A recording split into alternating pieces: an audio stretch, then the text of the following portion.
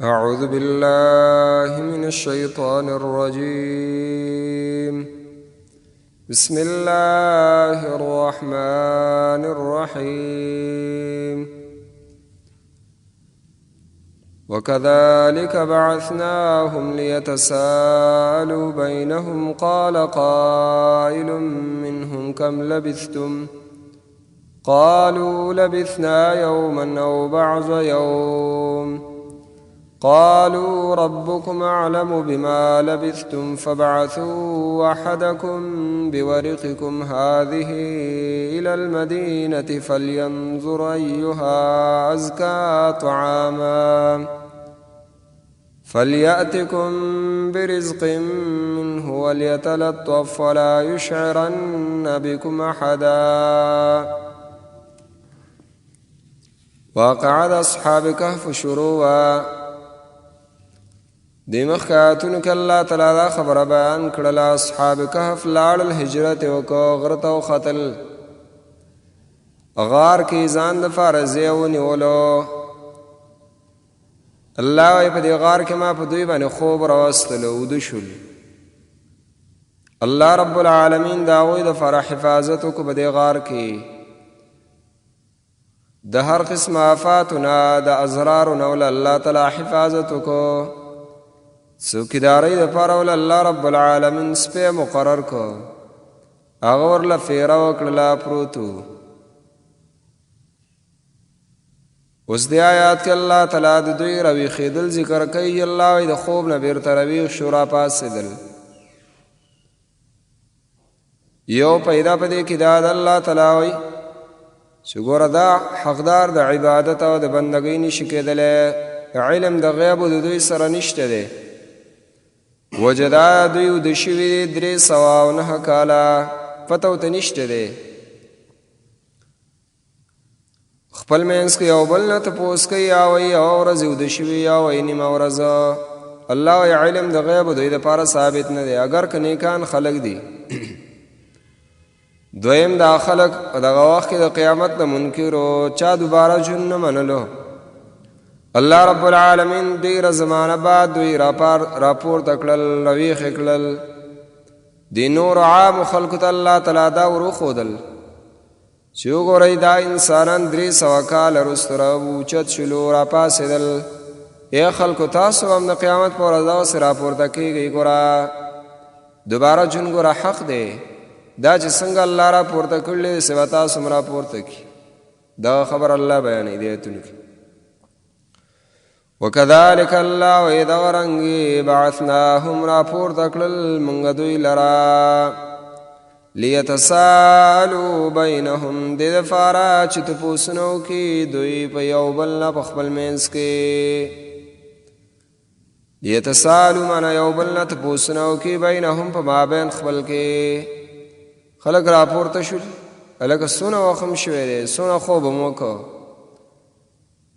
یو ویل یوه ورځ، بل ویل وینا نیمه ورځ، چا ویل یوه ورځ، چا ویل نیمه ورځ.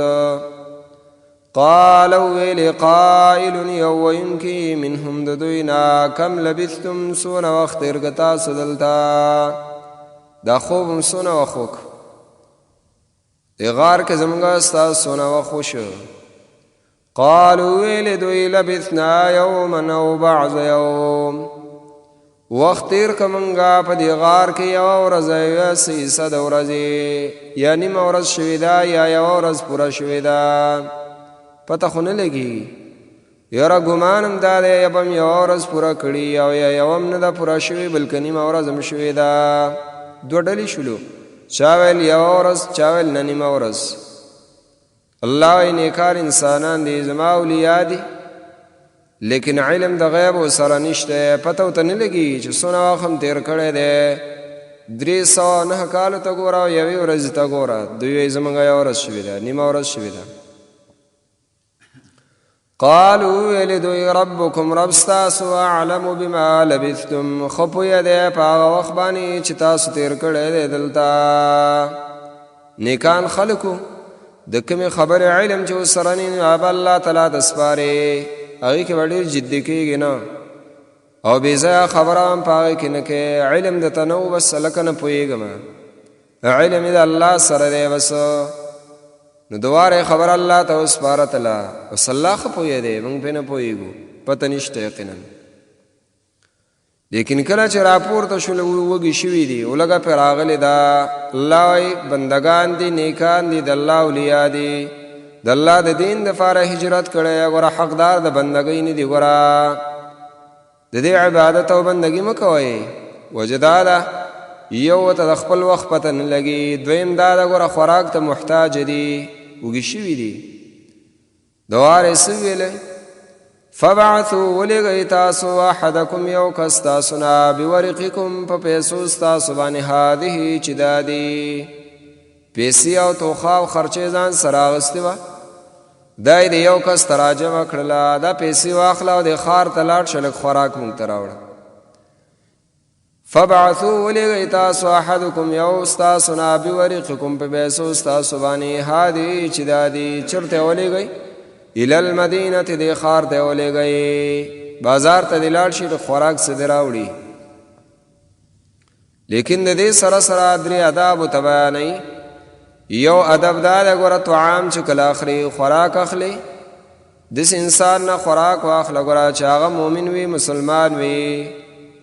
ذبیحه چې چا کړي هغه ته به ګورې یاره دا ذبحه څوک کوي، دا حیوان څوک حلالوي، مشرک دی که نه مؤمن دی مسلمان دی، بسم الله پې وایي او که نه نی وایي پې، څه طریقې سره ذبحه کوي. هر قصاب نه به غوښه نه اخلي، ګورې به ورته. دویم ادب ورته دا ورښیي چې ګوره هلته لاړې کله نو خبرو کې به ډېره نرمي کوې د خلکو سره، بېځایه چیړ چاړ دا به نه کوې. ګوره بېځایه خبرې به نه کوې، ولې که ته خبرې ډېرې کوې خلک به در باندې خبر شي، او دا خو پلانې راغلی دی که نه، پرون بله ورځ تللی اوس بیا راغی دلته راکوشي. نو بېځایه به ګرځې راګرځې نه، هلته ضرورت دې حل شو، سیده راځه خپل ځای ته ځان رارسوه. درېیم ادب ورته دا ورښیي چې ګوره څوک به په ځان باندې خبرې هم نه ګوره، داسې به نه وایې د پلانکۍ یم ګوره پلانکي ځای نه راغلی یم ګوره پلاني ځای کې اوسېږم، نه دې ته ضرورت نشته دی. بس خپل مقصد پوره کوه، سیده راځه. دا آداب ورته بیانوي. فلینظروا د ګوري ایها ازکا طعاما چې کوم یو په دې ښار والاو کې ازکا طعاما پاک طعام والا دی، پاک خوراک والا دی. ټولونو والا یې اکثر ګندی که نه، خوراک ګوري نه صرف پخوي، نه نه وګوره طعام ته چې پاک طعام والا یې، حلال طعام والا یې، نیک انسانی مؤمن ایمان پکې، دس انسان نه خوراک وکړه. فلیاتکم نورا دې وړي تاسو ته برزق منه څه خوراک د هغه نه. مؤمن سړی پیدا که بس د هغه نه خوراک واخلي، هغه دې به یې راوړي. دویم دا ده چې ولیتلطف او نرمي دې کوي د دې خلکو سره، بېځایه چیړونه او بېځایه خبرې دې هم نه کوي او سختي دې هم نه کوي، ولې که دا خبره سخته کړي خلک به خبر شي. دریم دا ده ولا یشعرن بکم احدا، خبر دې نشي په تاسو باندې څوک، خبر به چاته نه ورکوي ګوره زه پلانکۍ یم پلانکي ځای نه راغلی یم او داسې یم او داسې یم، نه نه څوک خبرومه په خپل حال باندې، خپل مقصد پوره کوه بس سیده راځه خپل ځای ته. انهم یظهروا علیکم یقینا دا ښار والا که چیرې خبر شي په تاسو باندې یرجموکم نو په کاڼو به ولي تاسو لره، او یعیدکم فی ملتهم یا به واپس کی تاسو لره په خپل ملت او په خپل دین کې. ګوره تا د هغوی دین پرېښودی دی، ستا عقیده د توحید دا د الله د یووالي ده، بیا د هجرت هم وکړه خپل کور کلی دې هم پرېښودو دلته رالې، که ستا نه خبر شي یاره دا خو پلانکي دین والا دی که نه، نو ګوره کاڼي به در پسې راواخلې او به دې ولي او مړ به دې کړي ګوره، او یا دا چې بیرته به د هغوی دین مني نو شرک ته به وراوړې، کفر ته به وراوړې، نو کفر نه خو مونږ راغلي یو، بیرته به ایسته مونږ کفر ته لاړ شو او کفر به قبلونو نو خلک به مړه کړي. ولن تفلحوا اذا ابدا، هېڅکله به کامیاب نشئ تاسو په دغه وخت کې چې کله کفر قبول کوئ، ځکه کامیابي الله تعالی په اسلام کې کېښودې ده، په توحید کې د الله تعالی په یووالي کې، نو که کفر هم قبول کو ګوره هېڅکله بیا کامیاب نشئ، ګوره دنیا او آخرت دواړه تباه. اوس الله رب العالمین بیانوي دا خبره چې دوی کله موږ راپورته کړل دینه د خلکو ته موږ استدلال ورښودلو چې خلکو داسې به قیامت پر ورځ تاسو هم راپورته کوي. ګوره وکذلک الله وایي دا ورنګې عثرنا علیهم خبر ورکړو موږ دې خلکو ته. عثرنا باندې موږ خبر کړل علیهم په دوی باندې. څوک دا د ښار والا څنګه خبر شولو؟ صاحب پیسې وی وړلې د سپینو زرو پیسې وی ښار کې ښکارا کړې دي پیسو موږ ته طعام راکا. دکاندار کته پورته ګوري پیسو ته دا خو لکه ډېرې زړې افغانۍ دي راوړي دي. اوس دا کم دور دی؟ هغه چې پیسو ته وکتل 300 کاله مخکینی روپۍ وي. او دا خو مغه خلک دي که نه چې کوم تلي د دې ځای نه پلار او نیکه موږ ته د دوی تاریخ بیان کړی. خلک بیا یو ځل نه راغونډ شو. الله وی وکذالک دا ورنګې عثرنا علیهم خبر کړل موږ دا خلک په دوی باندې لیعلموا دې دپاره چې دا ښار والا پوه شي ان وعد الله حق چې یقینا وعده د الله تعالی دا رښتینې ده. ګوره وان الساعة لا ریب فیها یقینا قیامت به خامخا راځي چې شک نشته په هغې کې. الله وعده یقیني ده او حق ده. ګوره دا به خامخا راځي په تاسو باندې لکه څنګه چې دا انسانان الله را پورته کړلي داسې به تاسو هم را پورته کړي. اذ یتنازعون بینهم امرهم کله چې بحثونه او جګړې کولې دوی امرهم په کار خپل کې. دغه ځای کې چې و دې ښار کې یهودیان هم اوسېدله او نسواره عیسایان دا هم اوسېدله. دواړو جګړه شوله. دوی چې راله الله رب العالمین دا خلک وفات کړ مړې کړله اصحاب کهف. دوی ولیدل چې دا خلک دی لیکن بیا مړه شلو. دوی په خپل منځ کې به جګړه شلو. چا ویلو د دین او زیارتونه جوړوئ. نیک انسان یې که نه موحد یې د الله تعالی د یووالي دپاره خدمت کلی چې مړ شي ظالمان پسته زیارتونه جوړ کوي. دا پلانې بابا دی شرک اړتې نه به یې جوړه شي. او مسلمان باندې چې بیا معمولی تکلیف راشي وارو پارتې خطای بیا الله به نه پیژني. کله یو درگاه ته منډې وه یو کله بلې ته کله بلې ته او کله بلې ته کله یو زیارت او کله بل کله یو ملا پسې روانې پلانې تعویض راله وکړه او کله بل پسې روانې پلانې راله وکړه. الله ترې به یې ایري. نو دا هم راولګېدل. چا ویل دلته زیارت جوړوئ، چا ویل وی جماعت پې جوړو، چا ویل وی نه دین عبادت خانه جوړو. بهرحال د نسوارو حکومت زور دالته دوی راولګېدل او استدالته به جماعت جوړ کړ. الله وی اذ یتنازعون کله چې بحثونه او جګړې کولې بینهم په مابین خپل کې امرهم په کار خپل کې فقالوا ابنوا علیهم بنیانا وویل د نصاراو جوړ کړئ په دوی باندې بنیانا یو آبادي او یو جماعت.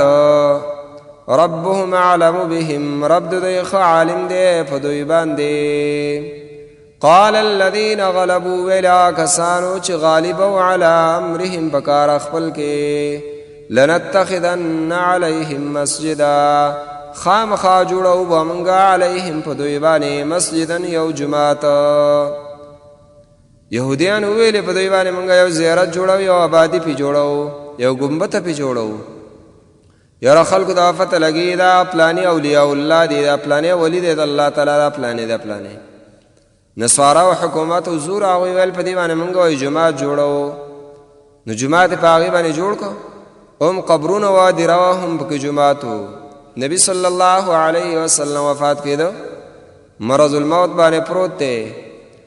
صحابہ کرام تویوی وسیعت دتا کما غلامان سرا مزدوران سرا احسانات کوئی خیگڑی کوئی گورا دو منزون ڈیرا پابندی کوئی گورا زنانو سرا احسانات وکئی او یو تدا خبر وکړه ویلعن الله اليهود والنصارى اتخذوا قبور انبیائهم وصالحیهم مساجدا. الله دې لعنت وکړي یهود او نصارا باندې او چې بکله پیغمبر او یو نیک سړی مړ شو هغوی به دوار راولګېدل هغه په قبر باندې به استجماع جوړ کړه.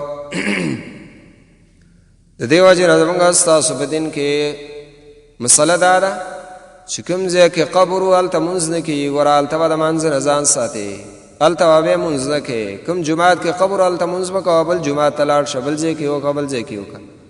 او کوم ځای کې چې جماعت ولته بیا مړی نه خخې، جماعت نه بیا دیرانه جوړې، دواړه یو بل سره منافات لري. بس